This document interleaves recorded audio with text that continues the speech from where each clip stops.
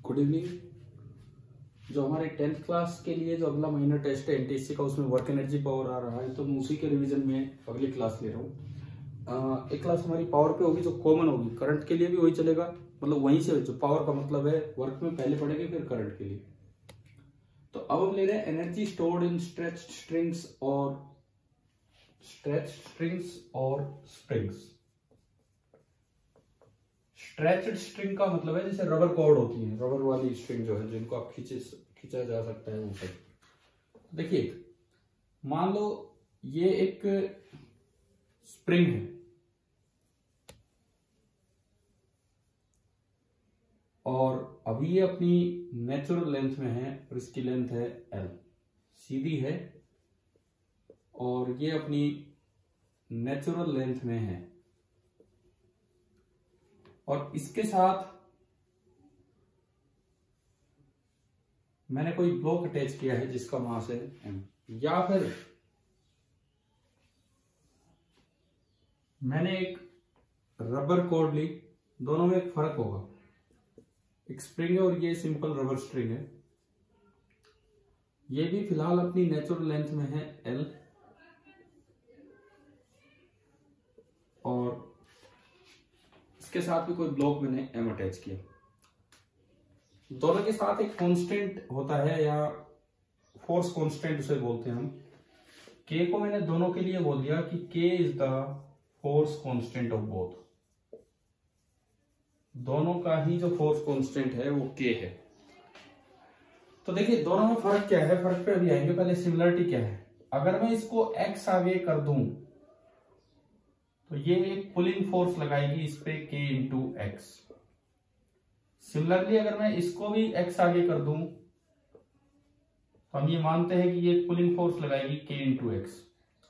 यहां भी जो पोटेंशियल एनर्जी स्टोर हो जाएगी स्ट्रेच स्ट्रिंग में, that will be half K x square, and यहां भी जो पोटेंशियल एनर्जी स्टोर हो जाएगी that will be half K x square. यानी कि स्ट्रेच करने वाला केस दोनों के लिए बिल्कुल सेम है। लेकिन अगर आप कंप्रेस करें, सपोज मैंने इसको x कंप्रेस किया तो स्प्रिंग बाहर की तरफ धक्का मारेगी उतना ही K इंटू एक्स, और इस वक्त भी जो स्प्रिंग में एनर्जी स्टोर हो जाएगी that will be half K x square. लेकिन अगर आप इसको प्रेस करोगे x इधर, तो दरअसल ये लूज हो जाएगा, एंड लूज होने के बाद फोर्स जीरो, तो पोटेंशियल एनर्जी स्टोर्ड वो भी कितना होगा, जीरो। मैं यू सिंबल यूज कर रहा हूं फॉर पोटेंशियल एनर्जी। मतलब मैंने आपको एक स्ट्रिंग और एक रबर कॉर्ड में डिफरेंस दिखाया। जब स्ट्रेच करते हैं तो दोनों सिमिलर हैं, लेकिन जब आप उन्हें दबाते हैं, कंप्रेस करते हैं, तो स्प्रिंग तो अपना काम बखूबी करती रहती है, लेकिन जो रबर कॉर्ड है वो कोई फोर्स नहीं लगा पाएगी। तो एक चीज तो हमें स्ट्रेचिंग वाली याद रखनी चाहिए कि चाहे स्प्रिंग हो चाहे रबर कॉर्ड हो, अगर आप x डिस्टेंस से उन्हें खींच देते हैं तो जो फोर्स, जो पोटेंशियल एनर्जी स्टोर होती है उसमें, that is half K x square. अब देखो इस चीज को यूज करते हैं कहीं भी क्वेश्चंस में या इस तरीके से। जैसे सपोज कीजिए पहला सवाल, मैंने एक स्प्रिंग ली, ये यहां अपनी नेचुरल लेंथ में है।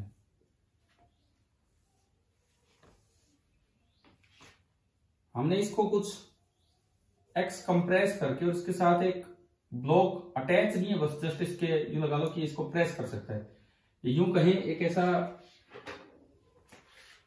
प्लेन, हाँ जी, ये वुडन बोर्ड अटैच करके वो धक्का मारेगा इस ब्लॉक के। सब कुछ स्मूथ है, ये इसके सामने रखा हुआ है एंड एवरीथिंग इज स्मूथ। और अभी मैंने इसको अपनी नेचुरल लेंथ से x कंप्रेस किया, तो जब ये निकलता है, जब ये अपनी नेचुरल लेंथ पे स्प्रिंग आएगी, उसके बाद ये अटैच तो है नहीं, तो स्प्रिंग तो यहीं रुक जाएगी, स्प्रिंग तो यहां रुक जाएगी और ये रवाना हो लेगा।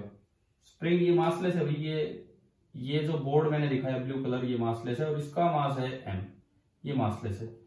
तो m मास रवाना हो लेगा किसी स्पीड v से। सपोज मुझे स्पीड निकालनी हो कि ये इस रस्सी ने इसको कितनी स्पीड दी है। तो उसका तरीका है सिंपल, आप एनर्जी कंजर्वेशन लगाओ। यहां से इसको रिलीज किया है,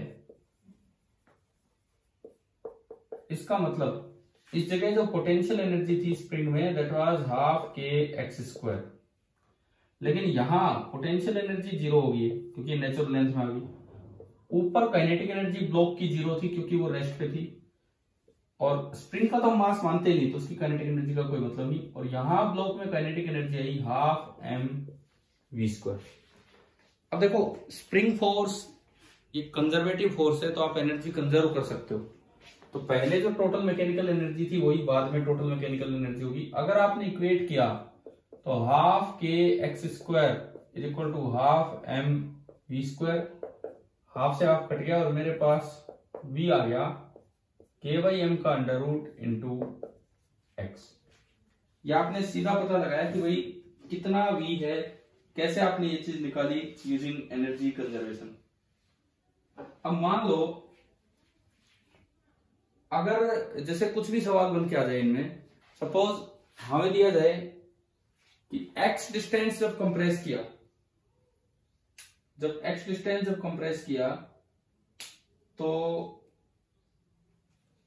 इसमें स्पीड थी कुछ भी पूछ लिया जाए कि अगर डबल डिस्टेंस कंप्रेस कर दे तो स्पीड कितनी आएगी। मान लो x कंप्रेस करने पे स्पीड आई v, तो आपसे पूछा जाए कि 2x कंप्रेस करने पे स्पीड कितनी आएगी, ये बताना हो। तो आपने पहली इक्वेशन बना ली v बराबर रूट के बाई एम इंटू एक्स, वो आपकी इक्वेशन बनी। तो if x is replaced by 2x, तो जो नई स्पीड होगी v डैश वो आपकी बन रही है अंडर रूट के बाई एम और इंटू 2x, यानी कि जो पहले स्पीड थी उसकी डबल स्पीड आएगी। मतलब क्या कि अगर आपने x को डबल किया है, कंप्रेशन को डबल किया है, तो जो स्पीड आपको मिलेगी वो भी आपको पहले से डबल ही मिल रही होगी। अब मान लो जैसे कई बार क्या होता है इस तरह से सवाल आ जाए कि हमें k की जानकारी ही नहीं है कुछ भी, किसका k कितना है, और कुछ ऐसा दिया गया हो, देखिए आप कि ये स्प्रिंग है, हमसे पूछ लिया जाए कि मैं फिर से वही स्प्रिंग ले रहा हूं और मैंने उसको कंप्रेस किया और मुझे कुछ जानकारी दे रखी भाई इतना कंप्रेस करने पे जब छोड़ा तो उस ब्लॉक में कुछ स्पीड आ गई, इतना कंप्रेस करने पे जब छोड़ा तो ब्लॉक में कुछ स्पीड आ गई। जैसे देखिए ये अभी कंप्रेस था, ये वही मैं इसके साथ बोर्ड लगाता हूं, एक मासलेस बोर्ड, और सामने रखा है इस स्मूथ सरफेस पे ये ब्लॉक। हमें बोला गया कि जब इसको x कंप्रेस किया हुआ था तो छोड़ने पे जब ब्लॉक यहां आया तो उसमें स्पीड v थी।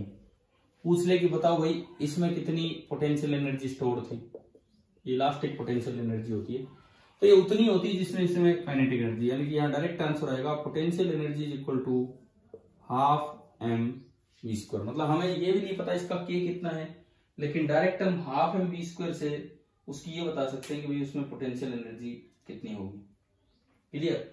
और अगर अब ये सुनो, फिर सवाल आ जाए कि इसको x की बजाय कुछ और कंप्रेस कर दिया, 3x कर दिया, 2x कर दिया, 4x कर दिया, तो नई पोटेंशियल एनर्जी कैसे लिखें। तो भाई पुरानी पोटेंशियल एनर्जी तो हाफ एम वी स्क्वायर है। एक बार दोबारा से सुन लीजिए ध्यान से क्वेश्चन। एक स्प्रिंग है, मैंने उसको कंप्रेस कर रखा था, x छोड़ा तो ये ब्लॉक v स्पीड से भागा। पूछा जाए कि भाई इस समय स्प्रिंग में पोटेंशियल एनर्जी स्टोर कितनी थी, तो उतनी थी जितनी की ब्लॉक को काइनेटिक एनर्जी मिली है, मतलब कितनी, हाफ एम वी स्क्वायर। दूसरी बात ठीक है, ये हो गया। अब अगर स्प्रिंग को डबल कंप्रेस कर दिया जाए, 2x कंप्रेस कर दिया जाए, तो पूछ ले कि अब पोटेंशियल एनर्जी स्टोर कितनी होगी, न्यू। तो x डबल करने पे जो पोटेंशियल एनर्जी है उसका फॉर्मूला होता है half k x square. x double करने पे पोटेंशियल एनर्जी 4 टाइम्स होगी, तो जो पहले एनर्जी थी अब जो एनर्जी होगी वो हो जाएगी इसकी 4 टाइम्स। पहले जो भी एनर्जी आपको दी गई थी अब वो जो भी एनर्जी होगी वो इसकी 4 टाइम्स हो जाएगी यहाँ पे। क्लियर ना, सभी को समझ में आ गया होगा ये क्या है। अच्छा, ये चीजें खाली स्प्रिंग के लिए ही नहीं, स्ट्रेच स्ट्रिंग के लिए भी लगती है। जहां रबर स्ट्रिंग्स आएंगी वहां ये सेम क्वेश्चन आ सकते हैं, लेकिन स्प्रिंग में तो हम कंप्रेस करके भी बना सकते हैं, स्ट्रेच करके भी। रबर स्ट्रिंग में कंप्रेस करके ऐसा कोई सवाल नहीं बनेगा, ओनली स्ट्रेच्ड पे ही बनेंगे, ओनली स्ट्रेच्ड रबर पे ही बनेंगे। जैसे कैटापल्ट होती है, गुलेल जिसे बोलते हैं, आप तो इतना यूज नहीं करते बच्चे, पहले गुलेल बना के खेला करते थे, तो उसमें एक स्प्रिंग नहीं होती, एक रबर की कोड होती है। आप थोड़ा कंप्रेस करेंगे, थोड़ा स्ट्रेच करेंगे, छोड़ेंगे तो पत्थर कम दूर जाएगा, बॉल कम दूर जाएगी, क्योंकि आपने कम स्ट्रेच किया तो पोटेंशियल एनर्जी कम थी। कितनी पोटेंशियल एनर्जी थी? उतनी थी जितनी की पत्थर में काइनेटिक एनर्जी। यानी कि अगर आपको पत्थर की काइनेटिक एनर्जी पता है तो आपको ही पता है। दूर पहुंचाना तो हम करते क्या है, उसको ज्यादा स्ट्रेच करते हैं तो वो और दूर जाके गिरते हैं। क्यों? क्योंकि ज्यादा स्ट्रेच किया तो पोटेंशियल एनर्जी बढ़ गई। इवन हमें ये भी पता है कि अगर डिस्टेंस डबल करते हो, स्ट्रेचिंग डिस्टेंस डबल करते हो, पहले इतना खींचा था उससे डबल खींच दिया तो पोटेंशियल एनर्जी 4 टाइम्स बढ़ जाती है। तो पोटेंशियल एनर्जी 4 टाइम्स बढ़ेगी तो काइनेटिक एनर्जी भी 4 टाइम्स बढ़ जाएगी, और काइनेटिक एनर्जी 4 टाइम्स बढ़ी तो स्पीड डबल हो जाएगी, और अब वो ज्यादा दूर जाके गिरेगा। तो ये जो कॉन्सेप्ट है पोटेंशियल एनर्जी वाला, वो खाली एमजीएच ही नहीं है कि ग्रेविटेशन के साथ ही पोटेंशियल एनर्जी स्टोर है। ये आपके इलास्टिक पोटेंशियल एनर्जी पे ये टॉपिक था जो मैंने अभी रिवाइज करवाया। तो आप तब तक ये देखिए, और मैंने फिर से बोला है आपको कि अपनी एटलीस्ट अगले टेस्ट से पहले अपनी एनसीईआरटी के दोनों चैप्टर, एक 9th का और एक 11th का, ये जरूर कंप्लीट कीजिए। Thank you.